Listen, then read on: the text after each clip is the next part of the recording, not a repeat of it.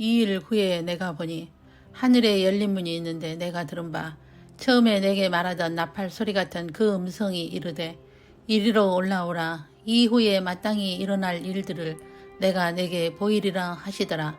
계시록 4장 1절입니다. 네 생물은 각각 6날개를 가졌고 그 안과 주위에는 눈들이 가득하더라.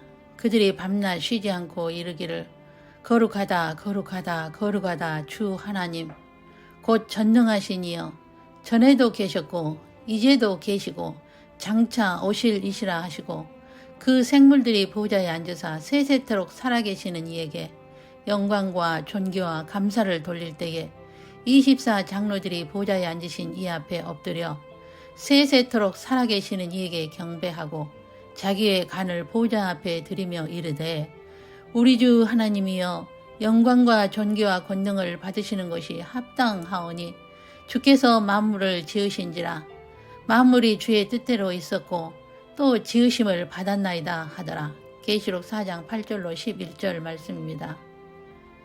계시록의 1장에서 3장의 말씀은 요한이 이 땅에서 받은 계시의 말씀이고 계시록 4장에서 22장의 내용은 삼층천에 끌어올려져서 보고 듣고 받은 계시의 말씀입니다.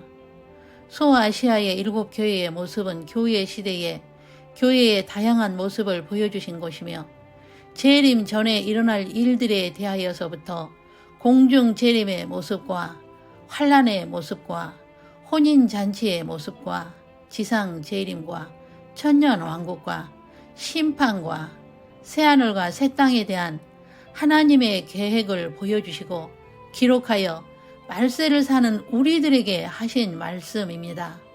사도 요한은 보좌에 앉으신 예수님을 보았습니다. 하나님의 보좌를 본 분들이 있는데 그들은 이사야와 에스겔과 다윗이 있으며 베드로와 야고보, 요한이 변화산에서 부분적인 낙원을 보았으며 바울이 보았으며 사도 요한이 보았습니다. 감람산 설교에서 양과 염소의 비유의 말씀 중에서 인자가 자기 영광으로 모든 천사와 함께 올 때에 자기 영광의 보좌에 앉으리니 모든 민족을 그 앞에 모으고 각각 구분하기를 목자가 양과 염소를 구분하는 것 같이 하여 양은 그 오른편에 염소는 왼편에 두리라. 그때의 임금이 그 오른편에 있는 자들에게 이르시되 내 아버지께 복받을 자들이여 나와 창세로부터 너희를 위하여 예비된 나라를 상속받으라는 말씀을 심판 때에 보좌에 앉으신 예수님으로 설명들을 하기도 하지만 이 말씀은 주님 재림 때의 모습입니다. 이 말씀은 다윗이 보았던 보좌가 내려와 다른 하늘의 보좌를 세우심을 설명해 줍니다. 양과 염소의 비유의 말씀을 심판대로 보는 분들은 보좌가 3층 천에만 있어야 하는데 왜 다른 하늘에 있느냐는 것으로 보아 심판 때 양과 염소를 고른다고 보는 것 같습니다. 다윗이 보았던 하늘들의 보좌를 펴시고 그의 왕권으로 만유를 다스리시는 것은 공중 재림하신 모습입니다. 그렇다면 보좌에 앉으신 예수님은 무엇을 하고 계신가요?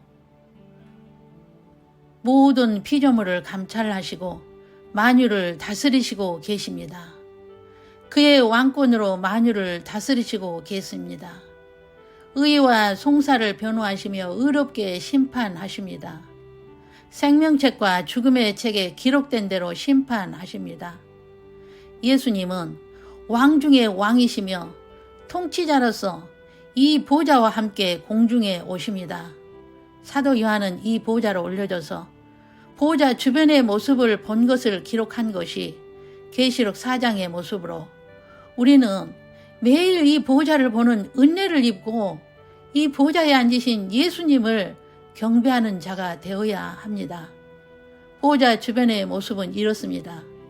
벽옥과 홍보석 같은 무지개가 보좌에 둘러져 있었으며 보좌 주위에 24 장로들이 흰옷을 입고 머리에 금관을 쓰고 앉아 있었으며 보좌로부터 소리가 들리는데 번개와 천둥소리와 음성이 나오고 하나님의 7 영이신 성령이 보좌 앞에 불타고 있었으며 수정 같은 유리 바다가 있었으며 보호자 앞뒤에 스랍 천사가 밤낮 쉬지 않고 거룩하다 거룩하다 거룩하다 주 하나님 곧 전능하신 이여 전에도 계셨고 이제도 계시고 장차 오실 이시라 하고 세세토록 살아계시는 이에게 영광과 존귀와 감사를 돌리고 있었으며 24 장로들이 보호자에 앉으신 예수님 앞에 엎드려 세세토록 살아계신 이에게 경배하고 자기의 간을 보호자 앞에 드리며 우리 주 하나님이여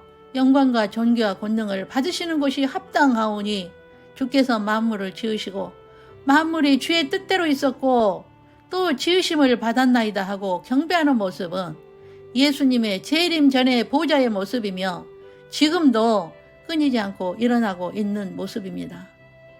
이 모습을 2000년 전에 사도 요한에게 보여주셔서 지금 우리가 보고 있다는 것은 말로 할 수 없는 은혜입니다.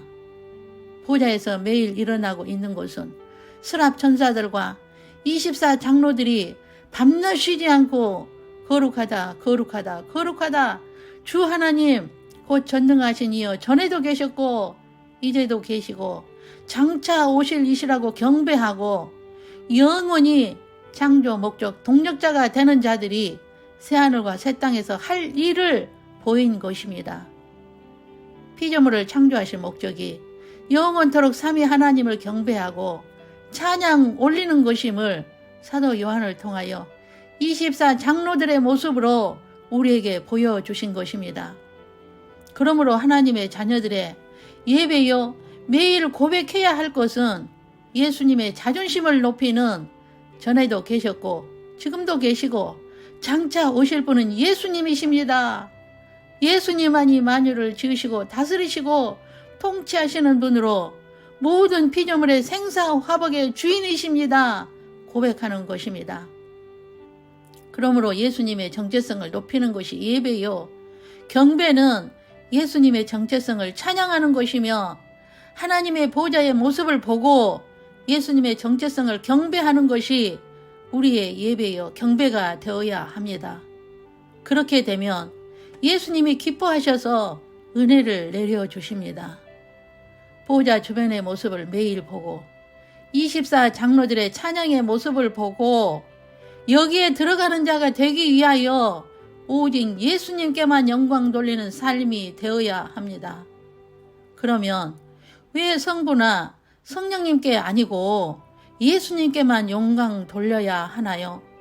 그것은 예수님이 손으로 피조물을 만드셨기 때문이며 하늘과 땅의 소유자이시며 창조의 근본이시며 그의 말씀과 손가락으로 만물을 만드신 분이시며 피조물과 직접 관계하시는 분이 예수님이시며 모든 피조물을 그의 손으로 붙들고 계신 분이시며 만유를 통치하시는 분이시며 만물의 머리가 되신 분이시며 하나님의 창세전 신비를 실천하신 분이시며 100% 인간으로 오신 분으로 100% 신성을 비우신 분이시며 저주를 뒤집어 쓰신 분으로 죽임을 당하시고 죽임을 이기신 부활의 주인이신 분이시며 승천하시고 다시 오실 분이 예수님이시며 우리의 신랑이 되신 분이시기에 우리는 예수님께 영광을 돌리면 성부와 성령님은 동시에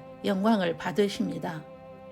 그런데 예수님은 아버지께 기도하라고 하시는 겸손한 분이시며 예수님의 이름으로 기도해야 아버지께서 들으시는데 성부 하나님은 성자 예수님을 배려하는 마음을 보게 됩니다.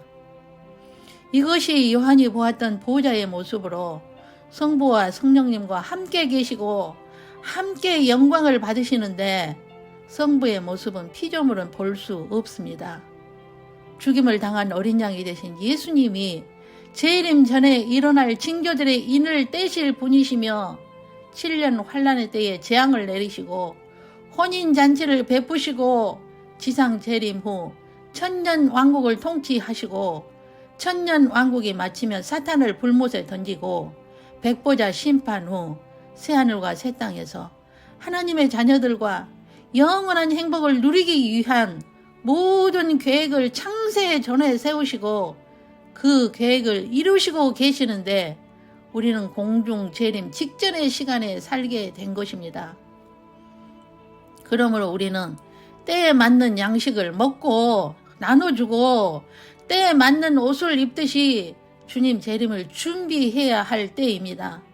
그러므로 지금의 설교가 감람산의 설교에 초점이 맞추지 않고 이 세상의 것과 싸우는 것에 맞추거나 번영이나 치유나 축사나 예언이라는 비본질에 맞춘다면 그는 들림을 받지 못한 자가 될 것입니다. 강단에서 주님 재림을 준비시키지 않는 종은 악하고 게으른 종이요 쓸모없는 종이 되어 바깥 어두운 데서 이를 갈게 될 것이라고 감람산 설교를 통하여 예수님이 직접 말씀하신 것을 상고해야 할 것입니다. 수많은 하나님의 자녀들을 보호하고 주 맞을 준비시키라고 주의 종으로 부르시고 주의 일을 맡긴 것이지 자신의 명예를 위해서 맡긴 것이 아닙니다. 교회 강단에서 하나님의 보좌를 볼 수 있게 가르쳐야 할 것이며 성도의 본분인 보좌에 앉으신 예수님을 매일 경배하고 찬양하게 하는 것이 주의 종의 하는 일이 되어야 할 것입니다. 하나님의 보좌를 보고 하나님을 볼 수 있게 하는 것은 성화되어 심령이 청결하고 순수한 마음이 되어야 하며 하나님의 아들이 되기까지 성화되어야 하며 팔복의 사람이 철저히 되어야 합니다. 하나님을 예배한다고 하면서 자신의 필요를 요구한다면 그는 예수님의 자존심을 상하게 하여 창조 목적을 위배하는 것이 될 것입니다. 오늘도 보좌에서는 밤낮 쉬지 않고 걸어가신 예수님을 경배하고 예수님의 정체성을 찬양하는 소리를 들어야 할 것입니다. 이런 자들은 예수님이 언제 공중 강림하신다 해도 들림받아 환난을 겪지 않는 복 있는 자가 될 것입니다. 우리는 매일의 삶이 사도 요한이 보았던 보좌를 보고 보좌에서 일어나고 있는 예수님을 경배하고 거룩하심을 찬양하여 예수님의 자존심을 높이는 신부가 되시기를 주 예수님의 이름으로 간절히 축원합니다. 기도하겠습니다. 거룩하다 거룩하다 거룩하다 주 하나님, 곧 전능하신 전에도 계셨고 이제도 계시고 장차 오실 예수님께만 경배와 찬양을 올립니다. 우리의 생사 화복의 주인이신 예수님께 우리의 모든 삶을 드리오며 다시 오실 예수님을 기다립니다. 감람산 설교의 모든 초점을 맞추고 이 세상의 모든 징조들을 보고 영의 눈이 열려 예수님의 나팔 소리를 듣게 하시고 추수꾼들의 낫을 휘두르는 소리를 듣게 하사 신랑이로다 맞으러 나오라는 문지기의 소리를 들을 수 있는 길을 열어주소서. 신부들이 깨어나게 하소서. 견디고 준비하고 외치게 하소서. 오직 예수님만 높임을 받으소서. 주 예수 그리스도의 이름으로 기도 올립니다. 아멘. 주 예수 그리스도의 은혜와 하나님의 사랑과 성령의 교통하심이 팔복의 사람이 되어 사도 요한이 보았던 하나님의 보좌의 모습을 보고 보좌에 앉으신 하나님과 어린 양께만 경배와 존귀와 찬양을 올리기를 다짐하고 바라는 주님의 신부 후보생들 위에와 저들 가족 위에와 모든 삶 위에 영원토록 함께 계시기를 주 예수님의 이름으로 축원하옵나이다. 아멘.